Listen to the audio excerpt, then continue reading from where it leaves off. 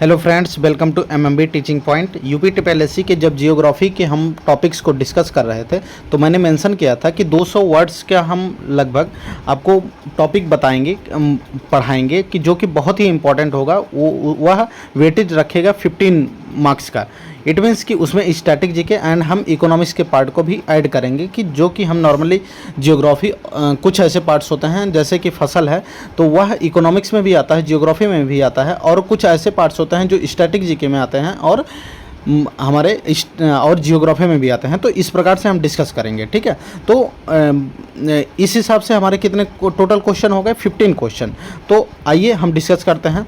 तो देखिए, समुद्र से लगने वाले राज्य, समुद्र से लगने वाले राज्य। अब देख लीजिए कि यह सबसे ज़्यादा इम्पॉर्टेंट टॉपिक्स को हम डिस्कस करने जा रहे हैं, ठीक है। कि यह देखिए कि आप 15 डेज आपका गोल्डन चांस हो जाएगा कि यह अगर आप पूरा कंप्लीट कर लेते हैं तो 15 मार्क्स में से 12 मार्क्स तो आसानी से ही आपको मिल जाएंगे, ठीक है। और मैं आपको गेस वर्क भी बताऊंगा कि किस हिसाब से किया जाएगा, ठीक है।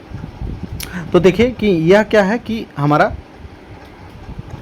भारत है, तो उसके यहाँ पे क्या है? गुजरात है, ठीक है। तो यहाँ पे देखिए एक तो आंसर हो गया 9, ठीक है, 9 स्टेट्स, ठीक है। तो यहाँ गुजरात है, फिर यहाँ महाराष्ट्र है, फिर आता है गोवा, फिर आता है कर्नाटका, फिर आता है केरल, फिर आता है तमिलनाडु, फिर यहाँ आ जाएगा आंध्र प्रदेश, फिर यहाँ पे आ जाएगा हमारा उड़ीसा, और यहाँ पे आ जाएगा हमारा पश्चिम बंगाल, ठीक है।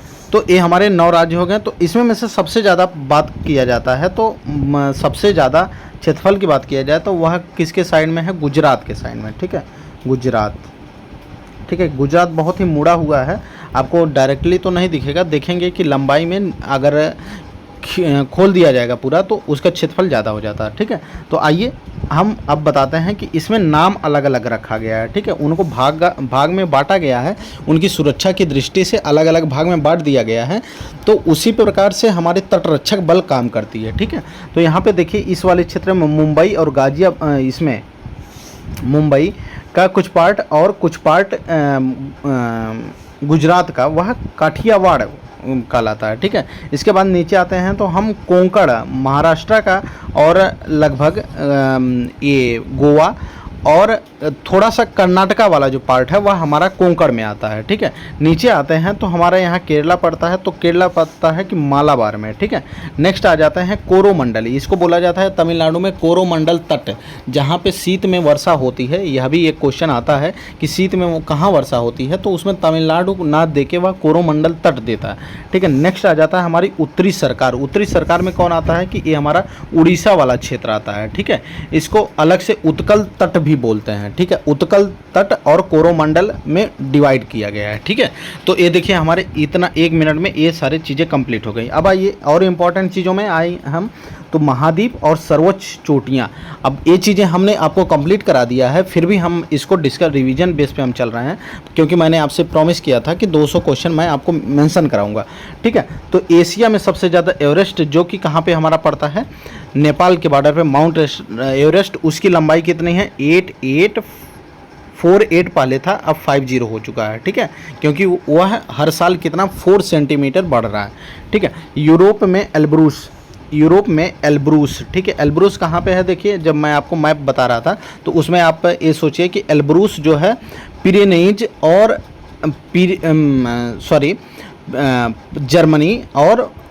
जर्मनी और फ्रांस और स्पेन, ठीक है, वहाँ से क्या निकलती है? पिरेनीज निकलता है और उधर से क्या निकलता है? काला पर्वत निकलता है, ठीक है। वहाँ पे एक एल्ब्रूस पाया जाता है। एल्ब्रूस की चोटी है, वह जो होता है यूरोप का सबसे बड़ा है, ठीक है। उत्तरी अमेरिका में मैकिनले होती है, मैकिनले यह अलास्का में है, ठीक है।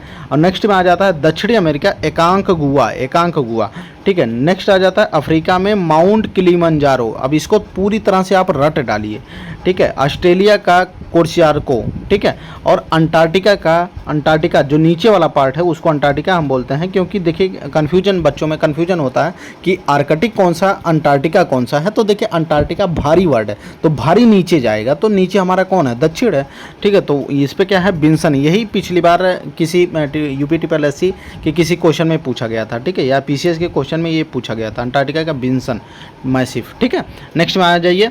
अंतर्राष्ट्रीय सम्मेलन जो हुए हैं, ये देखिए मैंने अपने नोट्स जो बनाए थे उसको मैंने आपको मेंशन कर रहा हूँ। ठीक है, बहुत ही मतलब कि ऐसे हमारे माइंड में आता है कि बहुत सारे क्वेश्चन हैं, बहुत नहीं, बहुत ही लिमिटेड क्वेश्चन है, बस उसी को आप पढ़ के चलिए। वन्य जीव संरक्षण 1972 वन्य, देखिए पहले क्या होता था, पहले क्या था कि जब सम्मेलन हुआ, सम्मेलन 1971 में जब सम्मेलन हुआ तो उसमें चर्चाएं हुआ कि 5 जून को, ठीक है 5 जून को, तो इंदिरा गांधी जी गई थी, तो उसके बारे में जब यहाँ पे आई तो उन्होंने देखिए वन्य और फिर जीव अलग अलग की बात है ना। यहाँ पे वन्य जीव तो एक में हम लेके चल रहे हैं, लेकिन इसको डिफाइन आप करके चलिए तो वन्य जीव में हमको बाघ भी हम देख रहे हैं और जीव को भी देख रहे हैं, लेकिन धीरे धीरे इनको हमने अलग किया, अलग इन द सेंस कि हमने फिर बाघ को फोकस किया, फिर हम लोग पर्यावरण को फोकस किया। अब देखिए अब हम इतना अलग कर रहे हैं कि अब हम इस बात की भी चर्चा करते हैं कि सुंदर वन का जो मैंग्रोव वन है, हम वन में भी अब डिसाइड अलग अलग कर रहे हैं। ठीक है, इन द सेंस मेरा यह कहने का मतलब है कि अब जैसे जैसे हम पर्यावरण के प्रति जागरूक हो रहे हैं तो उस पर ज़्यादा मतलब कि अलग अलग विभाजन करके उस पर ज़्यादा ध्यान दिया जा रहा है।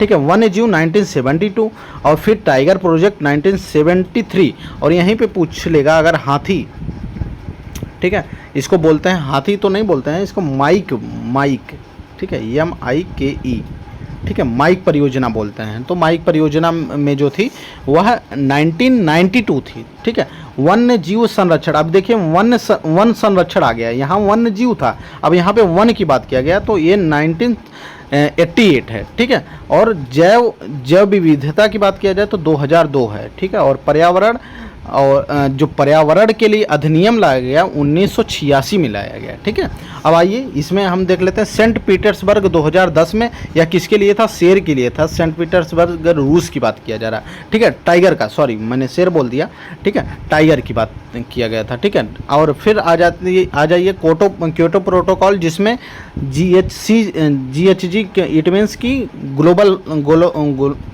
ग्रीन हाउस गैसेज की बात किया गया था। इसमें जितनी भी चीज़ें हैं CCC हैं। ठीक है, इट मीन्स क्वेटो, ठीक है क्वेटो से जितने भी, जैसे CO2 से मतलब है।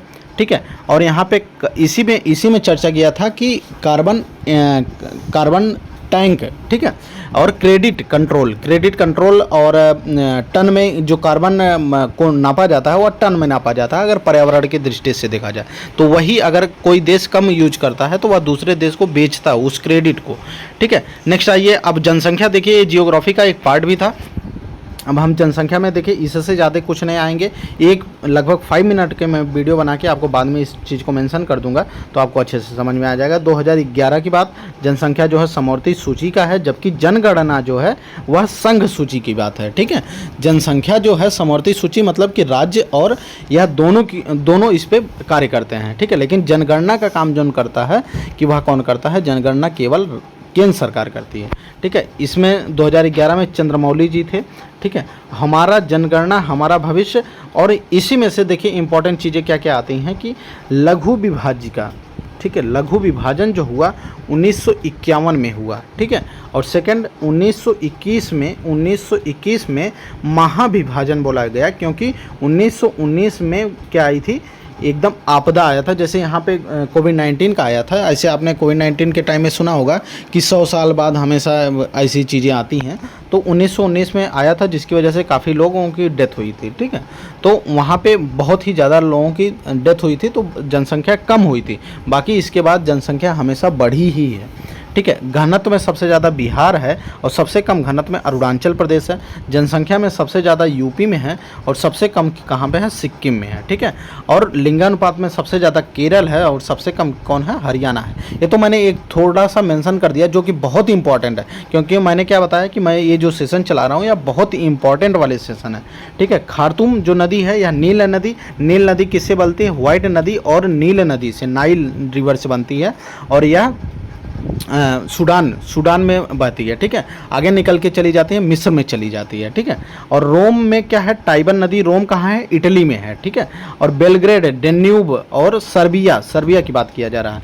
न्यूयॉर्क जो है मैंने और आपको बता दिया था कि टेम्स हो गया था, सीन हो गया था, पेरिस जो है सीन है, लंदन जो है टेम्स है, और मैंने एक आपको इरावदी बताया था, मेकांग बताया था, और हुआंगहो बताया था, यांगटीसी बताया था। ये सब चीज़ें मैंने ऑलरेडी आपको मेंशन कर चुका हूँ, ठीक है। अब जैसे इरावदी की बात किया जाए तो यूपीएससी में क्वेश्चन पूछा गया था, तो इरावदी जो है वह कहाँ पे बहती है, म्यांमार में बहती है।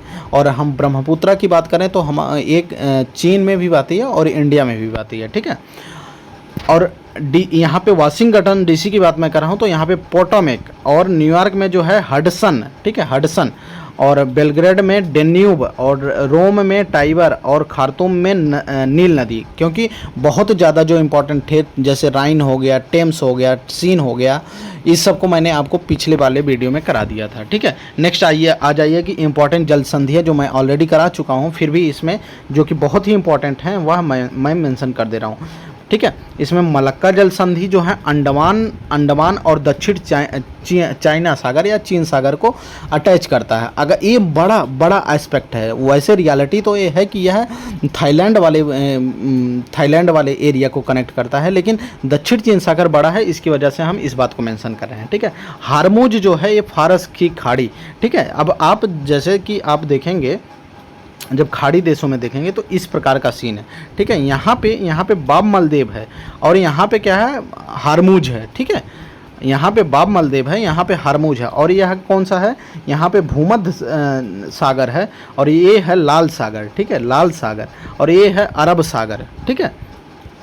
तो अब देखिए यहाँ जो भूमध्य सागर की बात आ गया, तो मैंने क्या बताया कि भूमध्य सागर यहाँ पे है, तो भूमध्य सागर को जो जोड़ रहा है वह भूमध्य सागर को उधर अमेरिका से जाके जुड़ जाता है, तो वो आर्कटिक में जुड़ जाता है, ठीक है। अमेरिका के बगल में जो बह रहा है उसको आर्कटिक में जुड़ा जा रहा है, और स्वेज नहर जो जोड़ता है वह लाल सागर जोड़ता है, किससे जोड़ता है, भूमध्य सागर से, ठीक है, भूमध्य सागर। और सेकेंड थिंग कि भूमध्य सागर से जुड़ रहा है, भूमध्य सागर 2 से जुड़ा हुआ है, इधर लाल सागर से और उस साइड आर्कटिक महासागर से, ठीक है। नेक्स्ट में आ जाइए पौने जोंडा जो है अर्जेंटीना का है, हबूब जो है सूडान का है, खमसिन जो है मिस्र का है, म्रिस्टल जो है स्पेन का है। और जनजातियां देखिए, अभी इसी में मैं सोचिए कि आपको जो मोस्ट इम्पॉर्टेंट थिंग है उसको मैं आपको मेंशन कर रहा हूँ। खिरगिज और मसाई मध्य एशिया में पाए जाते हैं, ठीक है, खिरगिज और मसाई। और नेक्स्ट आ जाता है बुशमैन। आपने सुना होगा कि यह आई थिंक चींटी खाते हैं बुशमैन, यह कालाहारी में। और सेमांग, ये मलेशिया में एक क्वेश्चन पूछा गया था कि अभी लोअर पीसीएस या किसी में वो क्वेश्चन पूछा गया, सेमांग मलेशिया में, ठीक है। अब आ जाइए कि जो ट्रॉफ़ी है उस पर हम चर्चा कर लेते हैं। वेलिंगटन जो है वह ट्रॉफ़ी किसका है, यह वेलिंगटन जो है टेनिस का है, ठीक है। और नेक्स्ट आ जाते हैं हम डेविस भी है टेनिस का, सीके नायडू जो है क्रिकेट का है, उबेर कप जो है, अभी आपने थॉमस भी सुना होगा, उबेर भी सुना होगा, ठीक है। थॉमस जो है इंडिया ने जीता है, वह भी बैडमिंटन का है, यह पुरुष के लिए पुरुष इसमें खेलता है, और उबेर जो होता है महिलाएं खेलती हैं, ठीक है। डूरंट कप जो है वह फुटबॉल का है, संतोष जो है फुटबॉल का है। इसमें में से देखिए डायरेक्टली आप पूरा नहीं याद कर सकते हैं, लेकिन एक एक करके याद करेंगे तो कन्फ्यूजन आपकी दूर हो जाएगी। जैसे मैं बताऊं कि आपसे आप किसको किसको याद कर सकते हैं, उबेर को और थॉमस को बैडमिंटन है, आपको पता चल गया होगा।